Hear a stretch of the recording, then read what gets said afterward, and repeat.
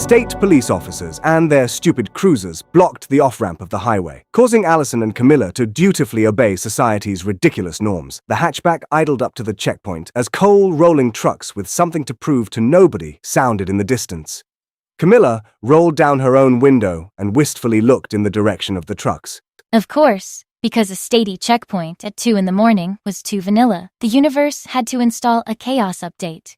3 matte black trucks rolled up from out of nowhere. Light bars blacked out, bodies squared off like they were built from old shipping containers and bad decisions. Militants in mismatched tactical gear hung off the sides, faces hidden behind balaclavas, armbands flashing some dumb homemade sigil that screamed independent dorks in search of liberty. The cops stiffened like someone had yanked their power cables. One trooper lifted her standard-issue megaphone to give the newcomers a stern talking to. But the militia overwhelmed her, voices hot and jagged, slinging profanities. No gunshots, but it felt like the air was one itchy trigger finger away from rewiring itself. This is insane. That is actually insane. The trucks peeled away in a choreographed U-turn, tires slicing through slush. They vanished down the opposite on-ramp, tail lights killed, moving like they had rehearsed this a dozen times on some abandoned airstrip in hopes that they would become the next viral meme.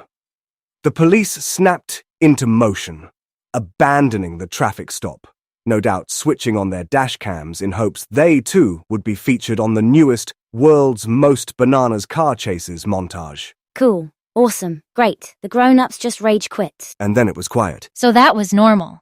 Totally normal. Yeah, just another episode of Western Mass After Dark. This is some Chaos Core stuff right here. This keeps happening. First the random street outages, weirdo protesters, and now cosplay warlords heckling cops. People should be asleep or doom-scrolling under weighted blankets. We're not asleep. Allison eased the car forward onto surface roads, nudging past abandoned cones. Far off to the east, a smear of orange licked at low clouds. Then another, further down, flickering behind a line of low buildings. Do you see that? Electrical fires, warehouse arson, Yeti rave. So, we had blackout bunkers, cursed doors, mystery planes, checkpoint militia, and now the apocalypse sky. This is one odd night. Yeah, you sure you still want to be dropped at home?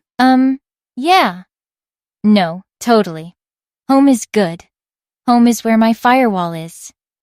The streets narrowed as they slid into Northampton, the sky still bleeding faintly at the edges from the distant Yeti raves. The hatchback rolled to a stop in front of Camilla's building, that familiar sagging porch now looking like the last safe save point before a boss fight. There might have been power-ups on the broken couch, but both hackers were distracted, trying to make sense of the ever-increasingly confusing microcosm around them. Microcosm? More like existential ecosystem.